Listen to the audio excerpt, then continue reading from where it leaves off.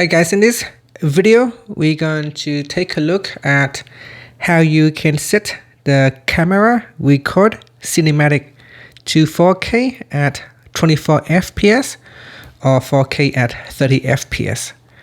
First, let's go back to the home screen by swiping up at the bottom of the screen. Then from the home screen, tap on Settings. And in Settings, we then scroll down and tap on Camera. Next in Camera, go down and tap on Record Cinematic. Then from here, you can select 4K at 24 FPS or 4K at 30 FPS.